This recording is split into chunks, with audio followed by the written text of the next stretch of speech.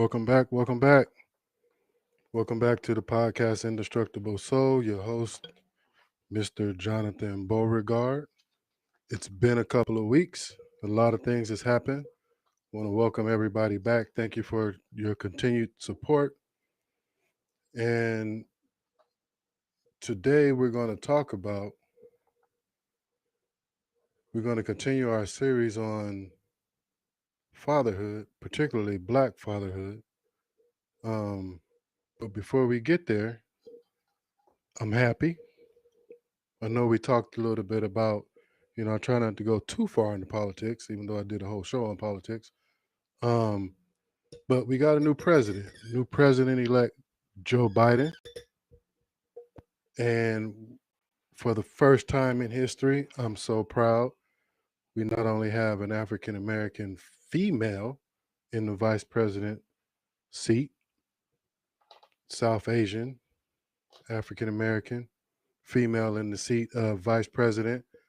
So in our lifetime, we got to see a black president, now a black vice president, and a female vice president. I'm proud and I'm happy.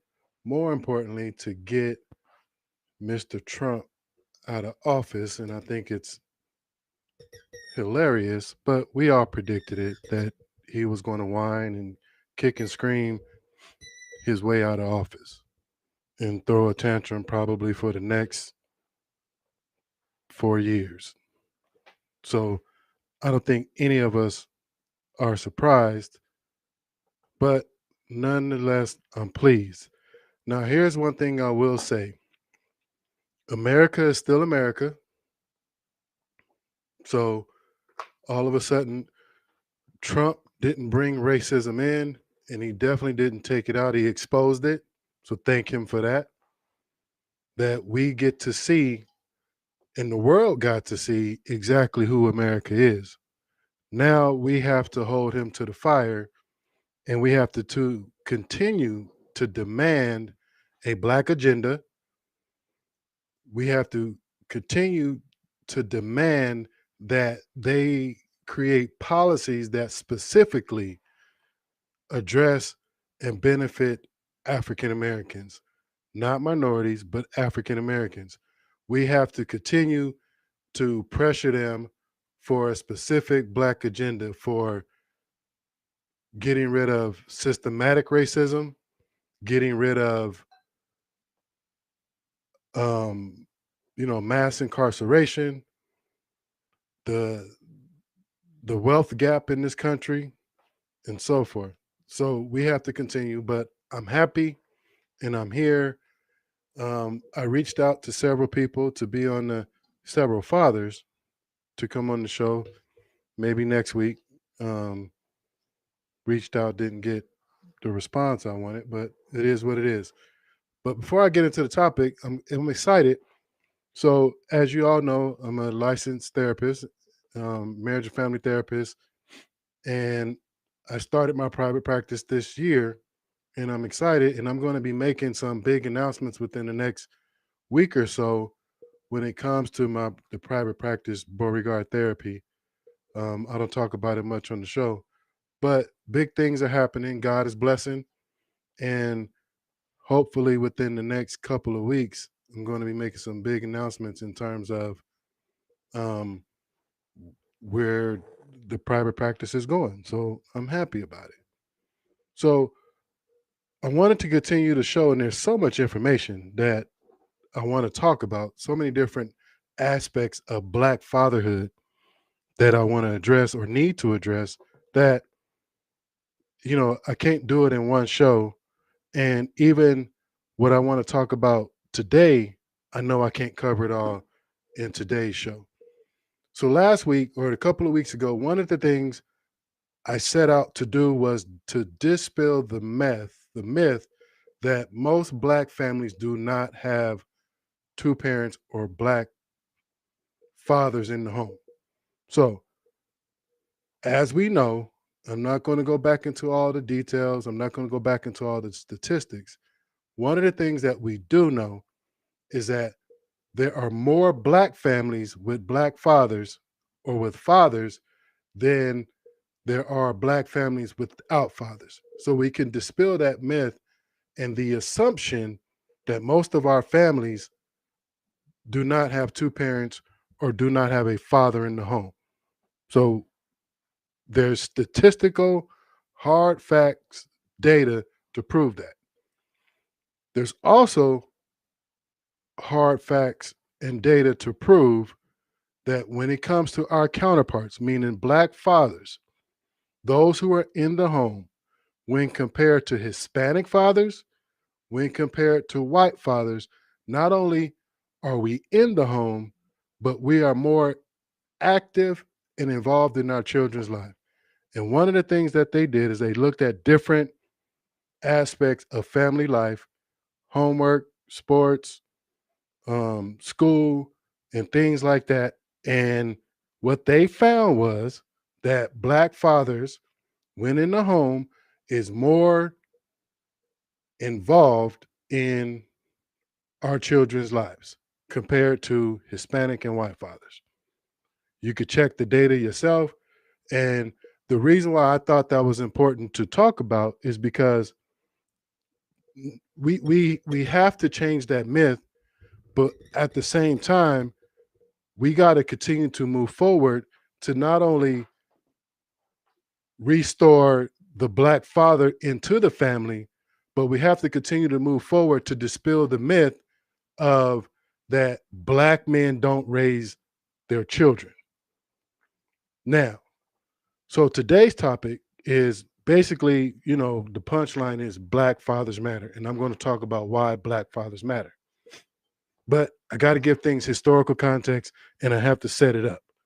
So the black man or the Black father has a very unique position in this country. We have had to face things that other men, Hispanic, white, whatever, Asian, we've had to overcome obstacles that other races did not have to overcome. Now, I know people always want to, when we bring up slavery and things like that, it's way bigger than slavery, and I'm gonna talk about it. People want to say, well, that's so long ago. Let me put how not long ago slavery was into context and why it's important in this topic.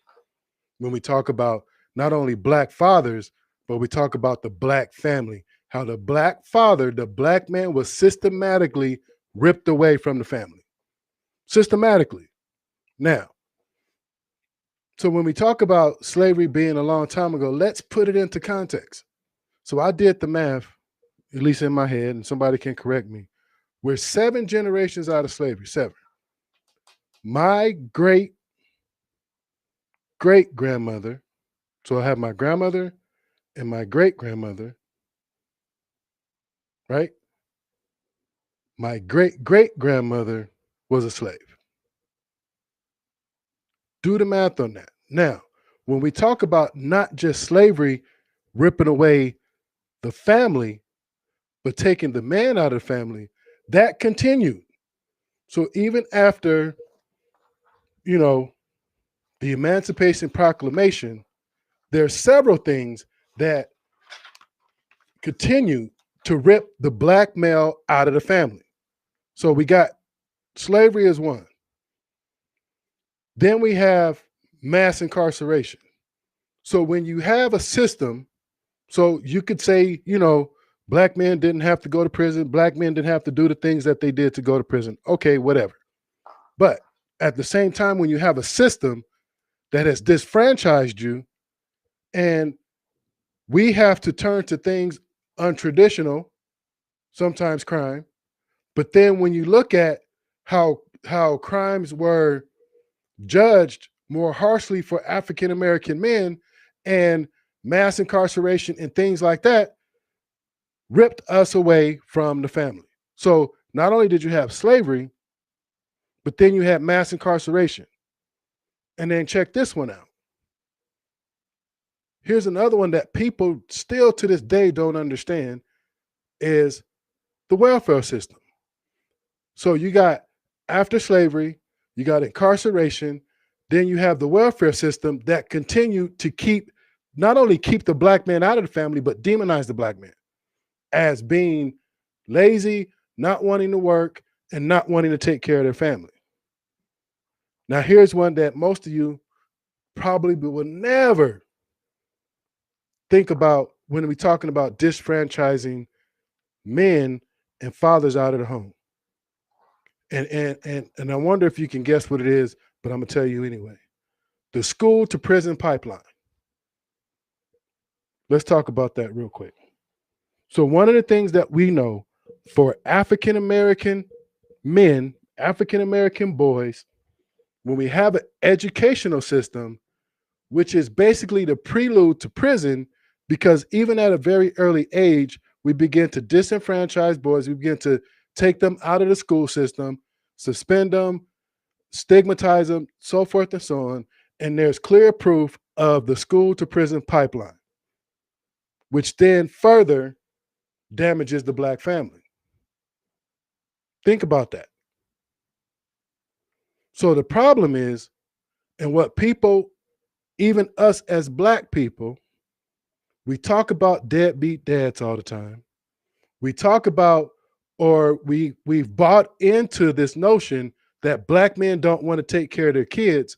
But the problem is, and we want to call them baby daddies and all these other things, but the problem is we never take into account how in this country we have systematically taken out of the family. We were systematically ripped away from our kids. Nobody wants to talk about that. So people often want to dismiss. And when I say people, I include us in that, but I'm talking society. They often dismiss that we've had to overcome, meaning black men had to overcome hurdles that other nationalities, other cultures have not had to deal with in this country.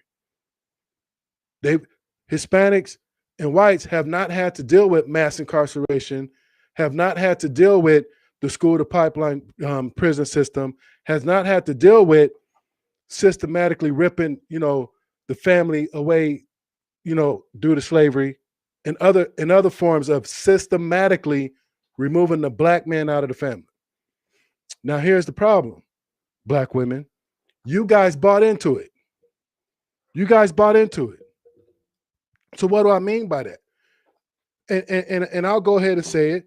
For child support and welfare, you bought into it, and you have bought into and became culpable in keeping the black man out of the family and keeping black men away from their sons and their daughters, but particularly their sons. You have become culpable because you bought into the idea of this system.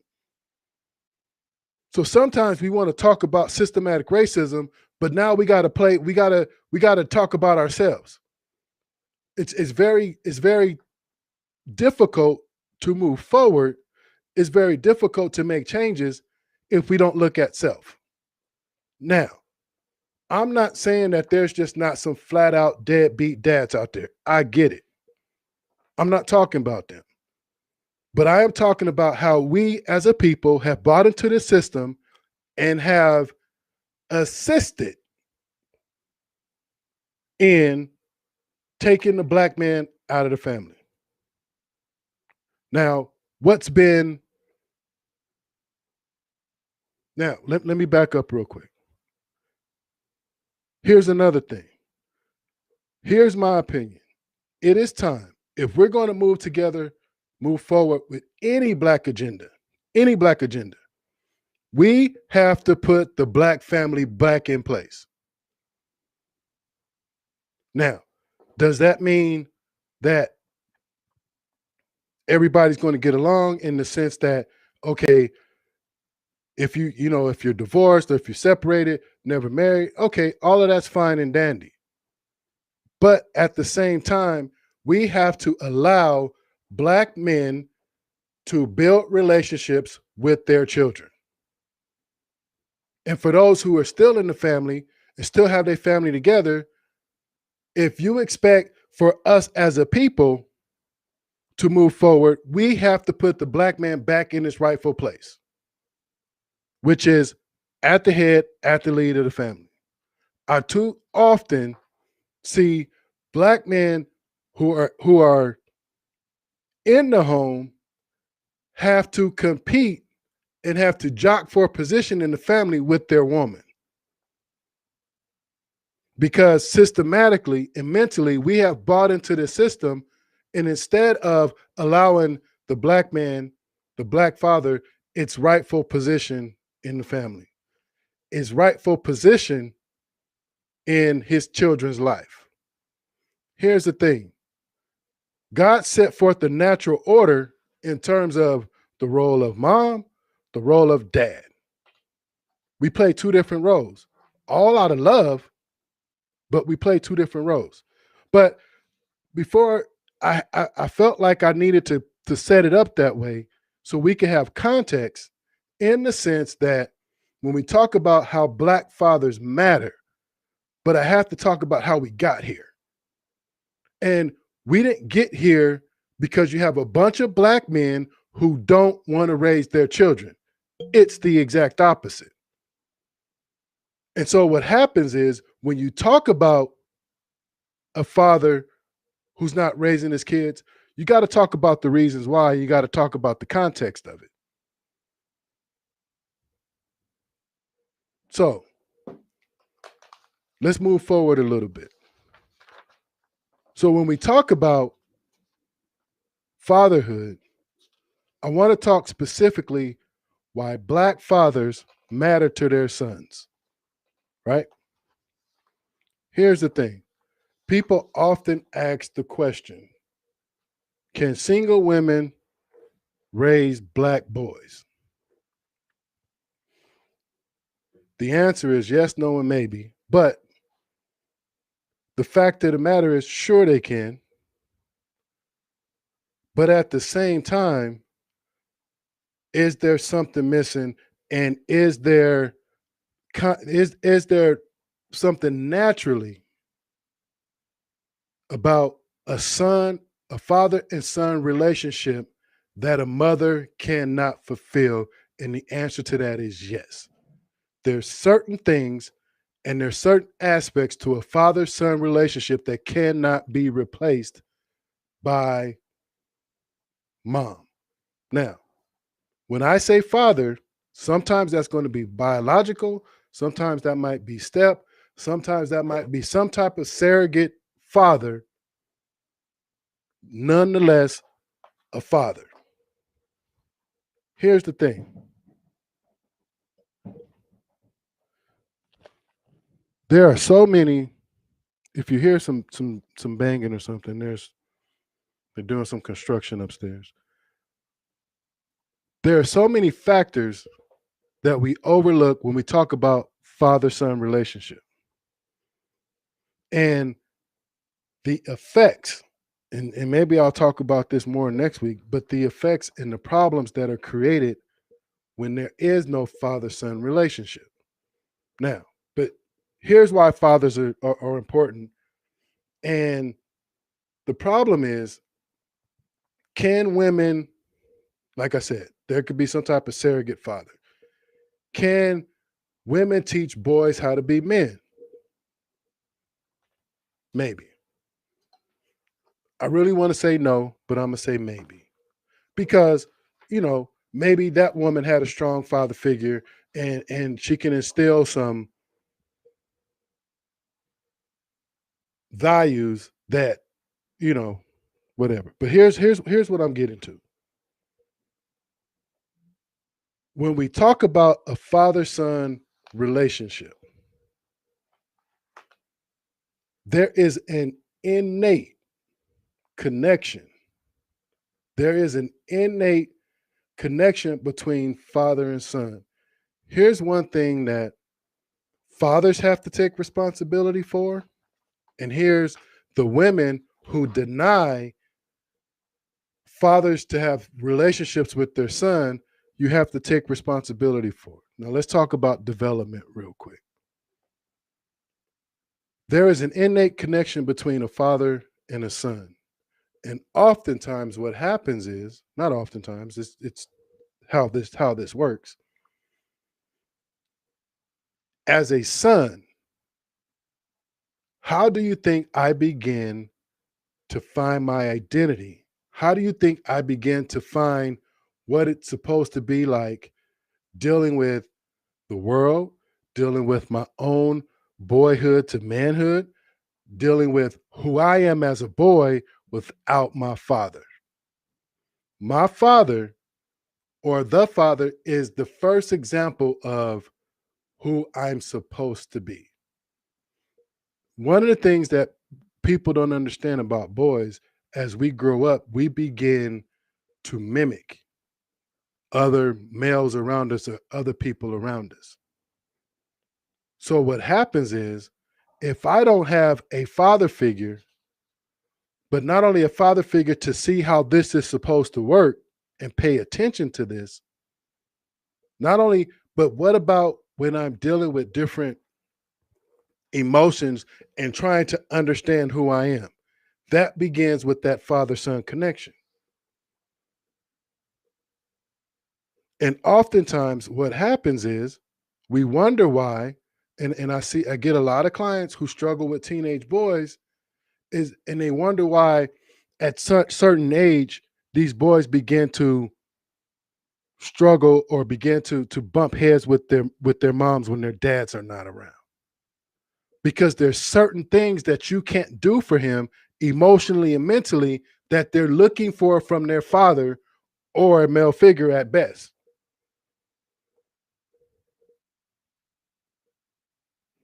One of the things is, in order for me to understand myself as a boy, I need my father. For one, I'm watching him, I'm listening to him, I'm studying him. When I talk to him, I get feedback. So what happens often when that father and son connection isn't there, our boys struggle. For one, we don't know who we are. We struggle with that.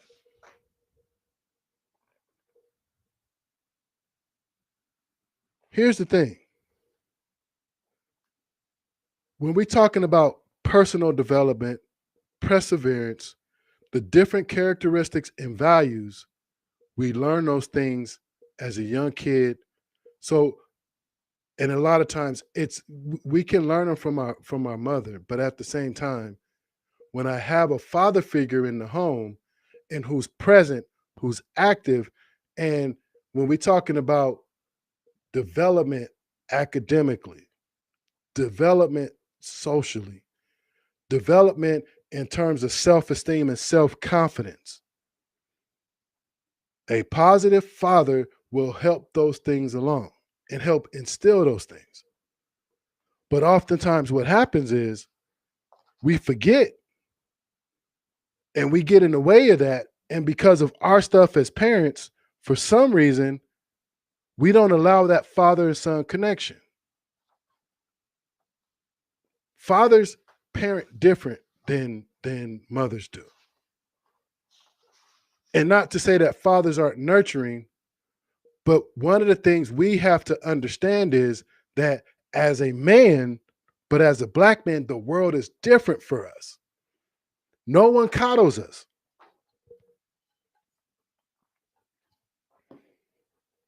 Sometimes we'll find a woman that'll do it, but those are for the ones who want it.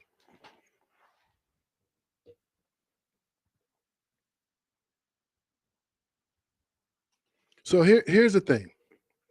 When we're talking about personal development, personal identity, self-sufficiency, self-confidence, self-esteem, understanding who I am as a boy, that starts with my father-son relationship. Here's the thing, and people oftentimes dismiss this or underestimate it.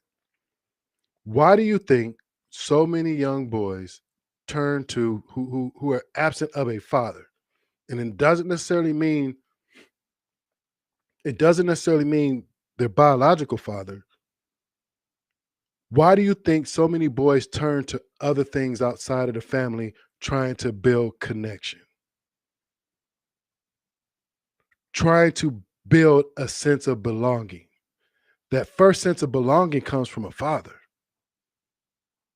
So why do you think oftentimes turn to gangs and other things when there's not a father in the home? Because that's how we relate to the world. One of the things is I look at my father, I look at the people around me, and I look at my family, and that tells me who I am. And when a father is absent, what do you think that says to me as a young boy? What that says to me is that I'm not good enough. Think about that. As I begin to grow and I'm trying to figure out these things, when I'm trying to figure out, okay, I don't know who I am. I don't feel good about myself. I don't know what to do. I don't know how to do different things. Those type of skills, those type of values, and to be able to input that oftentimes come from a father. Here's what I see a lot. And I'm not saying mothers, because I was raised by a mother. I'm not saying mothers can't do that. But oftentimes it comes with a price. When women raise boys, it oftentimes comes with a price. And one of those things is selfishness. Oftentimes it comes with men who are expecting women to take care of them. It often comes with a lack of resiliency because we expect the world to cater to us. So I'm not saying women can't do it, but oftentimes it comes with side effects. And I don't know if people realize that. Here's the thing. When you have involved fathers, it helps create well-adjusted youth. Kids who are more balanced, but I'm talking particularly about boys. We're talking about discipline. We're talking about a strong self-identity. We're talking about having an understanding that everything doesn't come easy. We're talking about building a sense of confidence. One of the things boys do is they look at the male figure in their life, especially at an early age, and they begin to see themselves. That's why it's so important. Follow me on this. That's why it's so important. If you're in an abusive relationship, your son doesn't need to see that, because what is he being taught? He's being taught that that's how men are supposed to treat women. So I'm talking well adjusted, I'm talking well involved, and I'm talking men who are really trying to do the right thing and raise their kids correctly.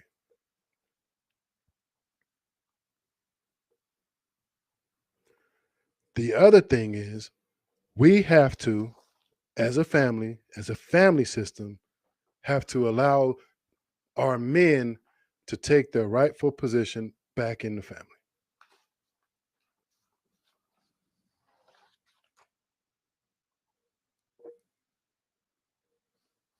So let me shift focus real quick. Real quick.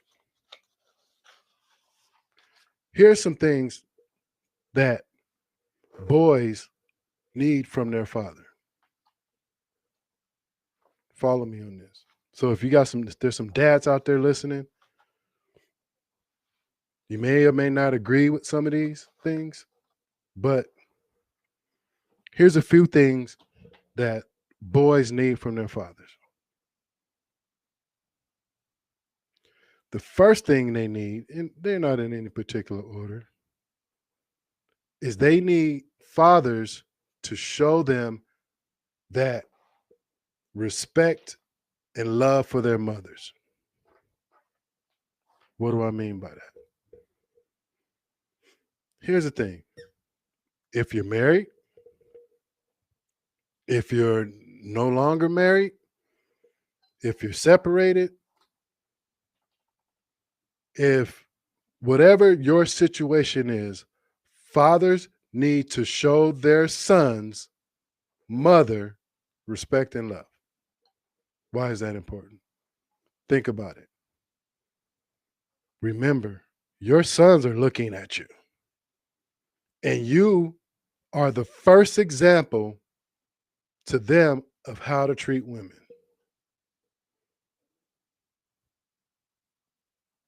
Think about that. So even if you're no longer with that person, the things that we see, the disrespect, the battling, the fighting, the name calling, the tearing down each other, your sons are watching. Sons are watching.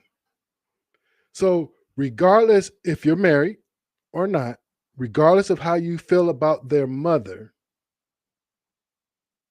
your sons need to see you show them respect.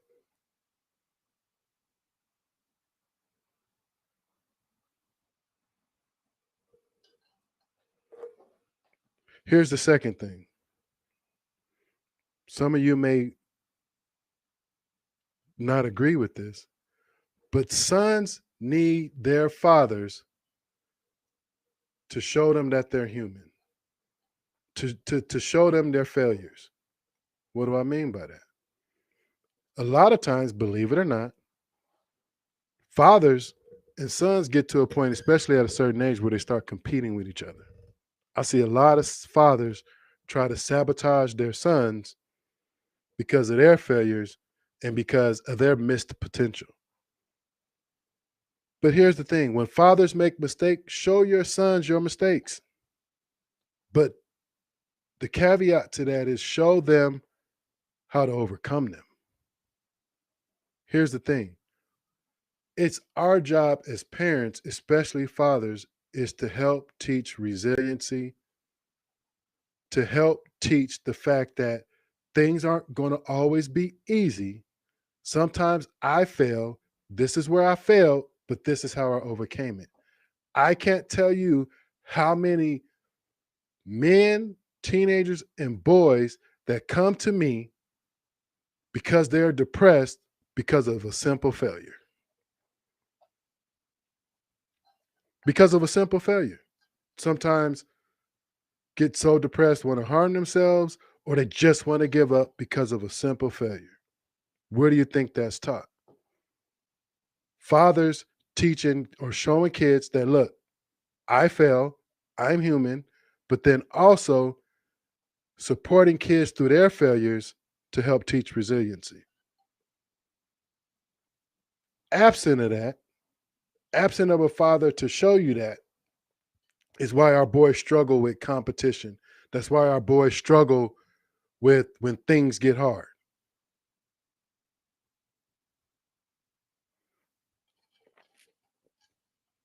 There's 7 of these, by the way. Here's number 3. Sons need fathers to show them servant leadership. What do I mean by that? What do I mean by servant leadership? Be the leader. But as we all know, the best leaders serve. Oftentimes, when a man want to take charge of the house, not only do they want to take charge of the house, it's do what I say, and I'm gonna sit on my throne and do nothing while you guys do what I tell you to do. No, that's not the type of leadership we're talking about. We're talking leading a family from the front, but also understanding that you're there to serve. When your son needs you, when your daughter needs you, when the family needs you, you're there to serve, and you show your leadership by being a servant. Which means when your son needs advice, you're leading by giving them sound advice, but you're being a servant by sitting there and listening and paying attention. Here's number 4. Here's what else sons need from their fathers. They need you to be there. They need you to be present. Here's the thing. Whether you live in the home or not, be present. I got daughters, but I got nephews and now have a grandson. Here's one of the things my daughters can never say is that I was not there. I may work a lot now, but they can never say I was not there. We have to be present. Granted, if you're not living with the kid's mom, if you're separated, whatever it may be, you have to be present, even if it's by phone, whatever it may be. When your sons need you, you have to be there. Here's another thing. Here's number 5. Sons need their fathers to show them love regardless of their choices. One of the things we start doing as parents is we get judgmental and we forget that we were stupid too. We forget the things that we did. And so when our kids mess up, they need us to show them love regardless of their choices. Here's the thing. Sometimes we need to sit back as parents and let them make their choices. And when they bump their head, guess what we do? Show them love. We don't need to talk bad about them. Show them love. So regardless of our kids' choices, as a father, you still need to show your son love. One of the things that was said to me by a supervisor a long time ago, probably 20 plus years ago, and I never forgot it. And I incorporate it not only in my life, but I incorporate it when I work with people. Is a child needs love when they least deserve it. Oftentimes, and I honestly think it's a reflection of ourselves. When kids mess up, we demonize them, we punish them, we put them down. I think that's a reflection of ourselves. But sometimes when kids mess up and make bad choices, that's when they need love the most. Fathers, number 6, they need you to affirm them. But if you're not there, how can you affirm them? What does affirming mean? Sometimes it could be simple as saying good job. Now, I often use my grandson as an example. He gets affirmed all the time. When he's out of pocket, he gets checked. But I don't care if it's something small. When he gets a that boy, he gets the that boy. He gets the high five. He gets the great job. He gets told how wonderful he is. Fathers, affirm your sons. Here's number 7. Fathers, your sons need discipline with love. Here's the thing, and I talk about this a lot too. When my grandmother disciplined you, and oftentimes you didn't get a whooping. My mama was the whooper. She was the one grabbing switches and shoes and belts and all that stuff. She loved us, but don't get me wrong. But my grandmother, she gonna tell you about yourself, but then afterwards she's gonna love you.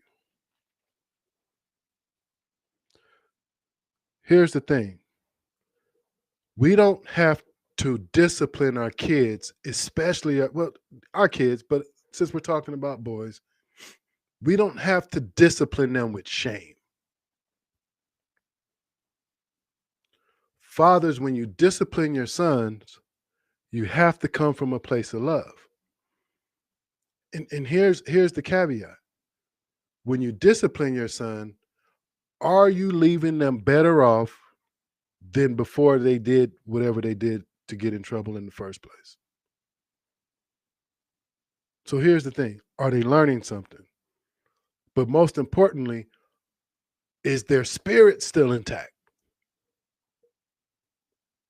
Too often times, not only do we have a system in the world breaking our boys' spirit, it gets broken in the family.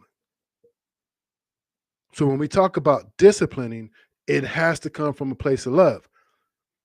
I work with several parents and I see it. They're disciplining from a place of frustration and a place of anger. And what do they do in the process? They tear their kids down. I have to refrain from using examples because, you know, people's, confidentiality and things like that. But it happens a lot where we have this knee-jerk reaction, and out of anger, we discipline our boys, and then next thing you know, they walk away feeling bad about themselves because we're not doing it out of love, we're doing it out of payback. And here's the reason why. Check this out. Here's the reason why. Because us parents are so selfish and self-centered that we think our kids mess up to piss us off. Kids mess up because kids mess up, but we take it personal as a personal attack and a personal reflection of ourselves. So then what do? We punish out of anger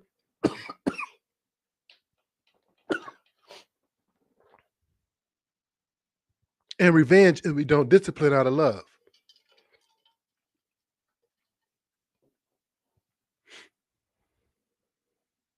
I remember one time when I was a kid, and Jack, who was our father figure, I did something to him. I don't remember. He didn't whoop me. He couldn't whoop us, but okay, that's another story. But I remember he showed his disappointment. And he didn't yell, and Jack was a cusser. He cuss you out in a minute. But he showed his disappointment, but at the same time, in that disappointment, but he was still willing to do the things that he did for us. And that stuck me in the heart. I felt bad for upsetting him out of respect. So when we discipline fathers, it has to come from a place of love, not punishment. Think about that. So there's so much to talk about. There's so much to fix when we're talking about father and son relationships. And obviously I can't cover them all in one night. But here's the thing. We as a people, we as a Black family have to usher back in the Black father and allow them to do the job God asked us to do. We have proof, when allowed, we're the most involved parent, meaning fathers, out of any of our counterparts. But the ones who haven't made it back yet, and they still don't understand, they have some work to do. But at the same time, before we going around talking about deadbeat dads and all those things, we have to take into account the systematic oppression that created this scenario for Black families. You can't put it all on the Black man. You can't. It's not fair. But the flip side of that is we bought into it ourselves. So as they say, we perpetuated it ourselves.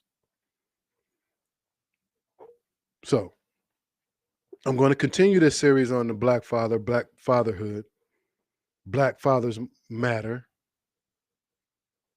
And next week, hopefully my guest can join me. But what I want to say is, as we move forward in this new era and